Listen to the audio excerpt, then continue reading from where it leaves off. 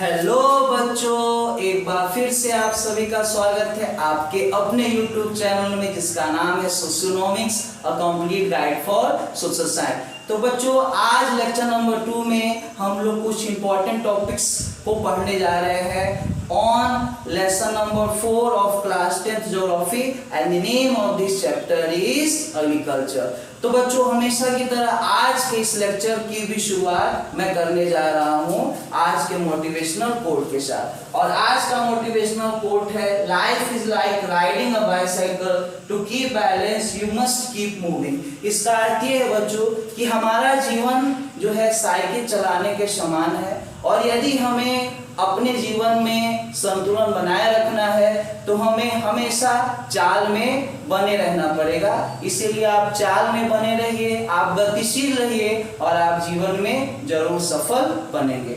तो बच्चों, इसी के साथ मैं आपका एजुकेटर चंदन सर आज के इस लेक्चर में कुछ इंपॉर्टेंट टॉपिक्स को आपके सामने डिस्कस करने जा रहा हूं। तो आज जो टॉपिक हम लोग पढ़ेंगे वो है relationship between agriculture industry, next problems of Indian agriculture, next steps taken by government to address problems of Indian agriculture. और हमेशा की तरह आज फिर से मैं लेके आया हूँ डू यू नो सेक्शन, और आज के डू यू नो सेक्शन में हम लोग कुछ इंपॉर्टेंट फैक्ट्स के बारे में जानेंगे। तो आइए बच्चों, सबसे पहले हम लोग देखते हैं आज के इस लेक्चर का टॉपिक नंबर 1। तो टॉपिक नंबर 1 है relationship between agriculture and industry. किसी भी देश के डेवलपमेंट में एग्रीकल्चर और इंडस्ट्री का बहुत ही मेजर रोल होता है। कहा जाता है कि एग्रीकल्चर इंडस्ट्री के डेवलपमेंट को सपोर्ट करता है, उसी तरीके से इंडस्ट्री एग्रीकल्चर के डेवलपमेंट को सपोर्ट करता है। और आप देखिए कि इंडस्ट्री और एग्रीकल्चर के बीच में बहुत ही क्लोज रिलेशनशिप होता है, और एग्रीकल्चर इंडस्ट्री के बीच का जो क्लोज रिलेशनशिप है उसको इन 4 पॉइंट से हम लोग समझ सकते हैं। तो पहला पॉइंट है agriculture provide raw material to industries. Agriculture raw material provide करता है इंडस्ट्रीज को। हमारे देश में बहुत सारे एग्रो बेस्ड इंडस्ट्रीज हैं जिनका रॉ मटेरियल कहाँ से आता है, एग्रीकल्चर से आता है। जैसे शुगर इंडस्ट्री एक एग्रो बेस्ड इंडस्ट्री है और इसका रॉ मटेरियल शुगर केन है जो कि कहाँ से आता है, एग्रीकल्चर से आता है। वैसे ही आप देखिए टेक्सटाइल इंडस्ट्री का रॉ मटेरियल कॉटन जूट है, और कॉटन जूट कहाँ से आता है, आपका एग्रीकल्चर से आता है। इस तरीके से हम लोग कह सकते हैं कि एग्रीकल्चर रॉ मटेरियल प्रोवाइड करता है इंडस्ट्रीज को। Next, industries provide agriculture inputs. आज के समय में आप देखिए कि एग्रीकल्चर में बहुत सारे एग्रीकल्चर इनपुट्स का इस्तेमाल किया जाता है, जैसे tractor, harvester, threshers, chemical fertilizers, और ये सारे एग्रीकल्चर इनपुट्स इंडस्ट्री के द्वारा एग्रीकल्चर एक्टिविटीज के लिए प्रोवाइड किए जाते हैं। एग्रीकल्चर इनपुट्स जो इंडस्ट्री के द्वारा प्रोवाइड किए जाते हैं उससे आज के समय का एग्रीकल्चर काफी ज्यादा फास्ट हो गया है और काफी ज्यादा पहले की अपेक्षा आसान हो गया है। एग्रीकल्चर इनपुट्स जो इंडस्ट्री के द्वारा प्रोवाइड किए जाते हैं उससे एग्रीकल्चर डेवलपमेंट में काफी ज्यादा इंक्रीमेंट देखा गया है। इसके कारण जो फार्मर्स है उनका इनकम भी बढ़ा है। Next, agriculture create demand for industrial output. बहुत सारे ऐसे इंडस्ट्री हमारे देश में जिनका आउटपुट है उसके लिए डिमांड क्रिएट करता है एग्रीकल्चर। आप देखिएगा tractor manufacturing industry, harvester manufacturing industry, chemical fertilizer making industry, ये सभी इंडस्ट्री का जो आउटपुट है उसके लिए डिमांड क्रिएट करता है एग्रीकल्चर। यदि एग्रीकल्चर एक्टिविटीज देश में ना हो तो जो भी केमिकल फर्टिलाइजर बनाने वाले इंडस्ट्रीज हैं, या जो ट्रैक्टर मैन्युफैक्चरिंग इंडस्ट्री है, या हार्वेस्टर मैन्युफैक्चरिंग इंडस्ट्री है, ये सभी इंडस्ट्रीज बंद हो जाएंगे। और यदि देश में एग्रीकल्चर का ग्रोथ एंड डेवलपमेंट होगा तो ये सभी इंडस्ट्रीज का भी ग्रोथ एंड डेवलपमेंट जरूर होगा। Next, industries create demand for agricultural products. आप देखिए बच्चों कि जितने भी एग्रो बेस्ड इंडस्ट्रीज है उनका रॉ मटेरियल एग्रीकल्चर से आता है, और इस वजह से हम लोग कह सकते हैं कि एग्रीकल्चर प्रोडक्ट्स के लिए जो डिमांड है वो इंडस्ट्रीज के द्वारा क्रिएट किया जाता है। फार्मर्स का जो इनकम है उसको बढ़ाने में इंडस्ट्रीज बहुत मेजर रोल प्ले करता है।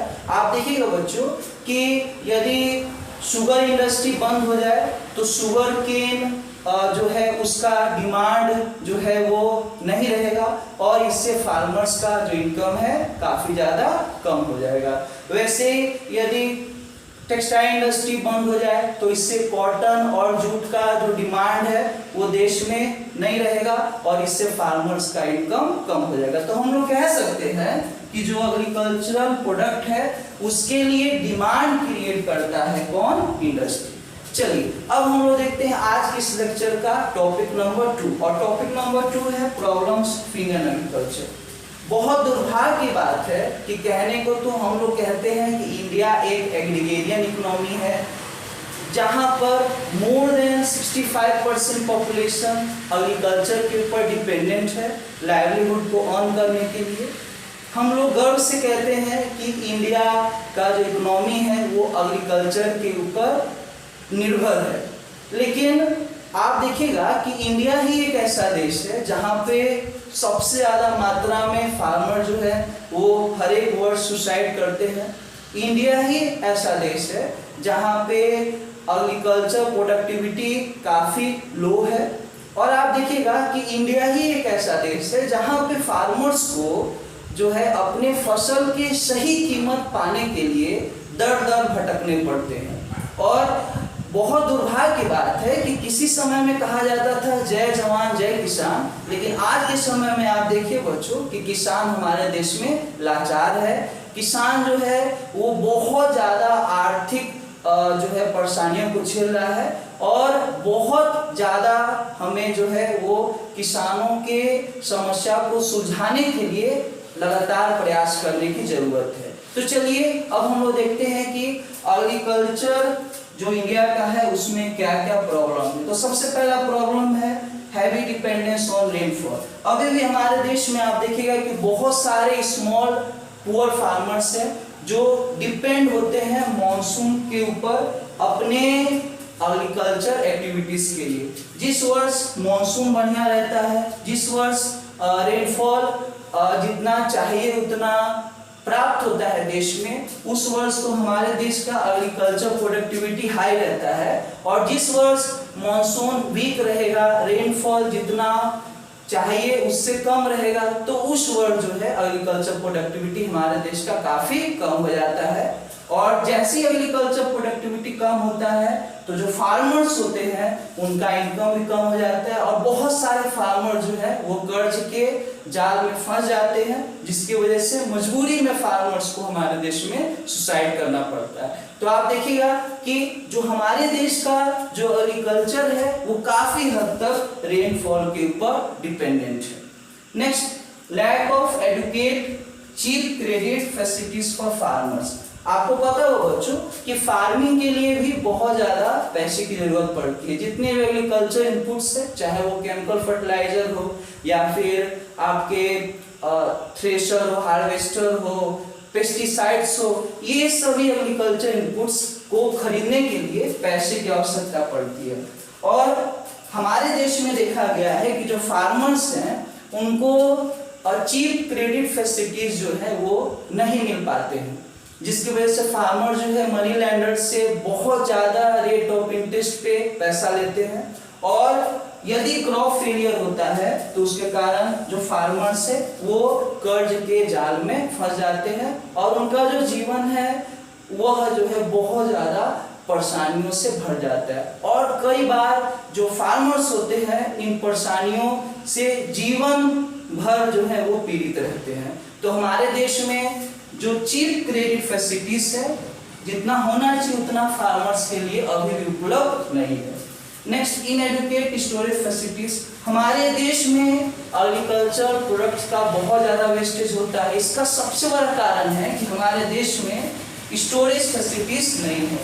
अब स्टोरेज फैसिलिटीज नहीं होने के कारण जो फार्मर्स है वो अपने एग्रीकल्चर प्रोडक्ट्स को स्टोर नहीं कर पाते हैं।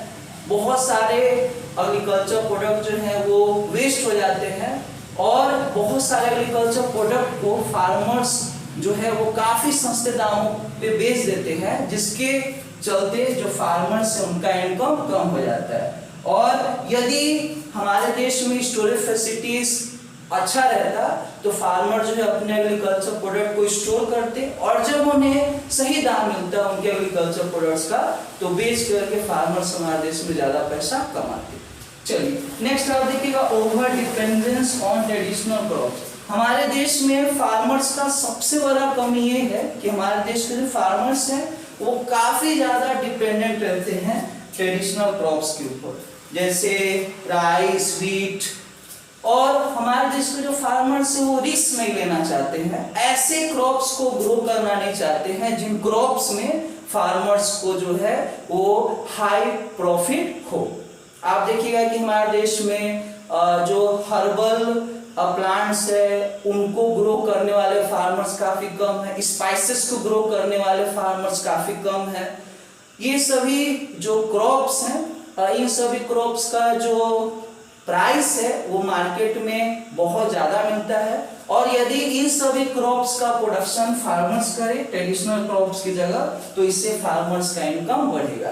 तो ये 4 पॉइंट्स जो हैं वह प्रॉब्लम बताते हैं जो कि इंडियन एग्रीकल्चर आज के समय में फेस कर रहा है। और हमारे देश में जो गवर्नमेंट है वो लगातार प्रयास कर रही है कि जो भी एग्रीकल्चरल प्रॉब्लम है हमारे देश का उसे जो है जल्द से जल्द उसे मिटाया जाए। चलिए तो आगे हम लोग देखते हैं कि आखिर हमारे देश में गवर्नमेंट ने क्या क्या स्टेप लिया है ताकि जो एग्रीकल्चर में प्रॉब्लम है उसे दूर किया जा सके। तो उसी को हम लोग पढ़ेंगे टॉपिक नंबर 3 में और इस टॉपिक का नाम है steps taken by government to address problems of Indian agriculture.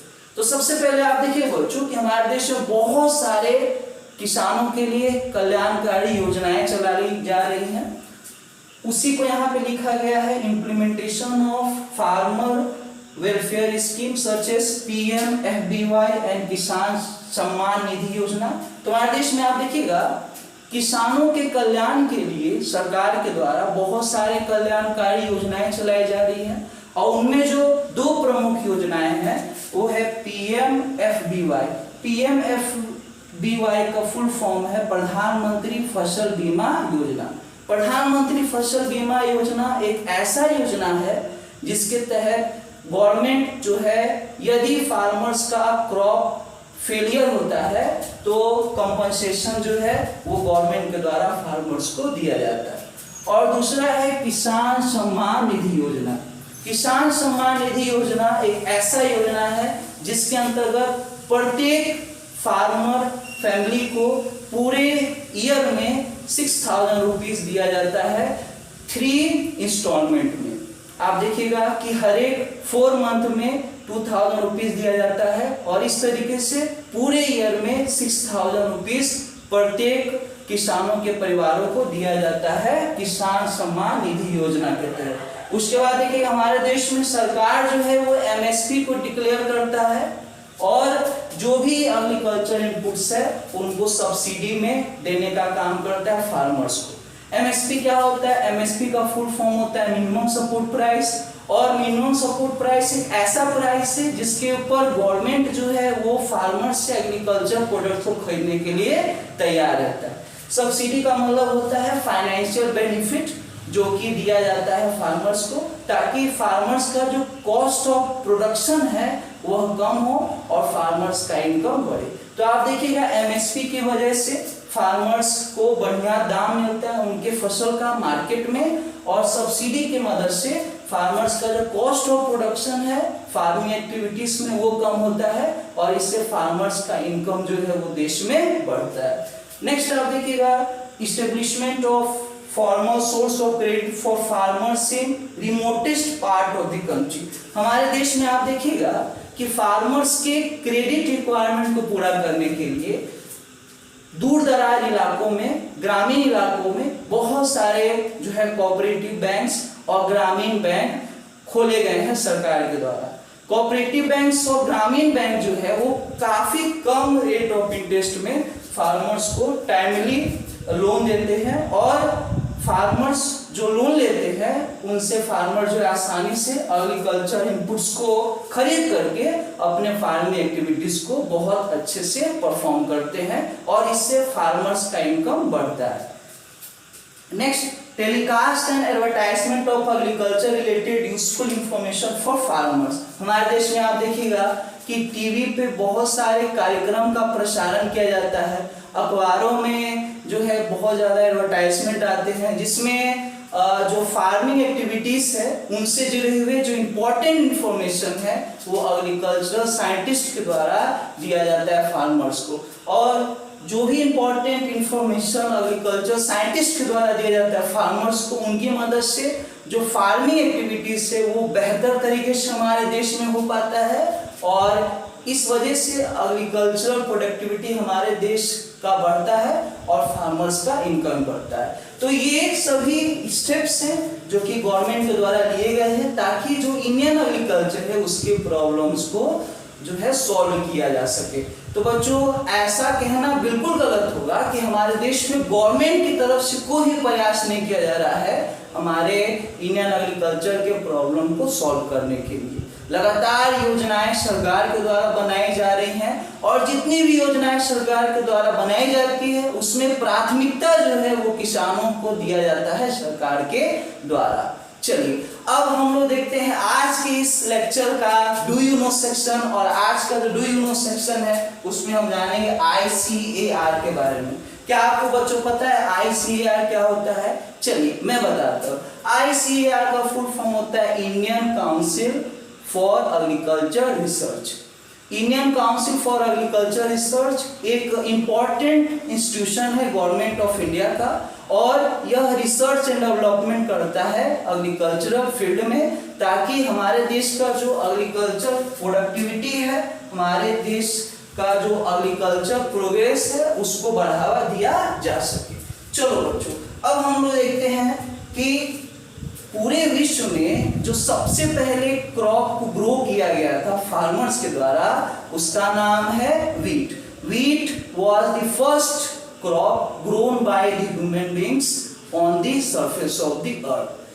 तो बच्चों, मुझे पूरा उम्मीद है कि जो भी आज मैं आपको पढ़ाया सब आपको अच्छे से समझ में आ गया होगा।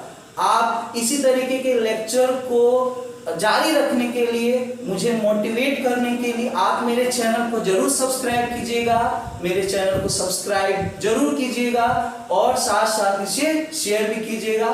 तब तक के लिए सभी को थैंक यू वेरी मच।